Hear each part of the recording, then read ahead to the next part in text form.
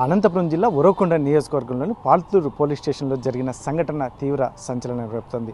ఆలస్యంగా వెలుగులోకి వచ్చినటువంటి నేపథ్యంలో 31వ తేదీ అర్ధరాత్రి సమయంలో చీకలగురికి చెందిన రామ్మోహన్ వైసీపీ జెండాను తగులబెట్టినటువంటి నేపథ్యం, ముఖ్యంగా మద్యం మత్తులో తగులబెట్టాడని చెప్తున్నటువంటి నేపథ్యం. ఇటువంటి పరిస్థితుల్లోనే వైసీపీ నాయకులు కంప్లైంట్ చేసినప్పుడు ఇతన్ని అర్ధరాత్రి పోలీసులు స్టేషన్కి రావాలని 1వ తేదీ రాత్రి స్టేషన్కి రావాలని పిలిపించుకున్నటువంటి నేపథ్యంలో అక్కడే ఇతన్ని ఎవరైతే ఉన్నారో రామ్మోహన్ చితకబాదారని చెప్పేసి చెప్తున్నటువంటి నేపథ్యం. ఇటువంటి పరిస్థితుల్లోనే ఏకంగా పోలీస్ స్టేషన్ ఆవరణలో అతని నగ్నంగా కూడా బట్టలు లేకుండా చేసి అక్కడ తిప్పారని చెప్పేసి ఒక వీడియో వైరల్ అవుతున్నటువంటి నేపథ్యంలో ఒకవైపు పోలీసులు కూడా స్పందించినటువంటి తీరు, ముఖ్యంగా అక్కడ పోలీసులపై ఇతను ఎవరైతే ఉన్నాడో రామ్మోహన్ విచక్షణారహితంగా వ్యవహరించాడు, ముఖ్యంగా వారి మీద దాడికి యత్నించారని చెప్పేసి పోలీసులు చెప్తున్నటువంటి నేపథ్యం. మా దగ్గర సీసీ ఫుటేజ్ కూడా ఉంది. ఇటువంటి పరిస్థితుల్లో పోలీసులపై అనవసరమైన వార్తలు ఇస్తే చట్టపరమైన చర్యలు కూడా తీసుకుంటున్నామని ఒకవైపు చెప్తున్నటువంటి నేపథ్యంలో, ముఖ్యంగా అక్కడైతే మాత్రం తెలుగుదేశంకి సంబంధించిన నాయకుడు రామ్మోహన్ అని చెప్పేసి ఒకవైపు చెప్తున్నటువంటి నేపథ్యంలో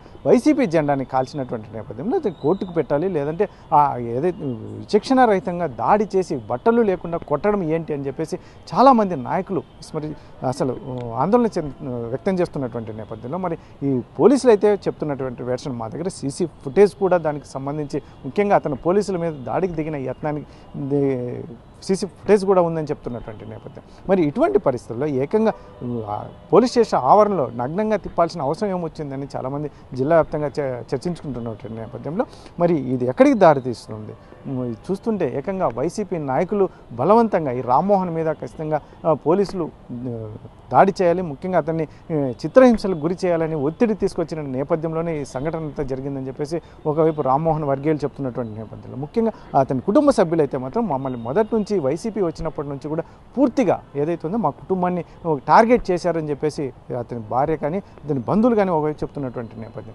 మరి ఇటువంటి పరిస్థితుల్లోనే వైసీపీ జెండాని 31వ తేదీ అర్ధరాత్రి మధ్యమత్తులో వైసీపీ జెండాని తగులుపెట్టిన నేపథ్యంలో ఏకంగా పోలీస్ స్టేషన్ ఆవరణలో నగ్నంగా తిప్పడం అనేది ఈ రకంగా చేయడం అనేది ఎంతవరకు సబబు అని ఆయన బంధువులు ఒకవైపు ఆందోళన వ్యక్తం చేస్తున్నటువంటి నేపథ్యంలో మరి పోలీసులు వెర్షన్ అయితే మాత్రం మరోలా ఉంది. ఇటువంటిది ఏమి లేదు, ఆయన రామ్మోహనే పోలీసుల మీద దాడి చేసేయడం మద్యం మత్తులు అని చెప్పేసి ఒకవైపు చెప్తున్నటువంటి నేపథ్యం. ఇది ఎక్కడ కూలికి వస్తుంది, ముఖ్యంగా ఎక్కడ దీనికి సరైన సమాధానం దొరుకుతుంది అనేది జిల్లా వ్యాప్తంగా చర్చ జరుగుతుంది.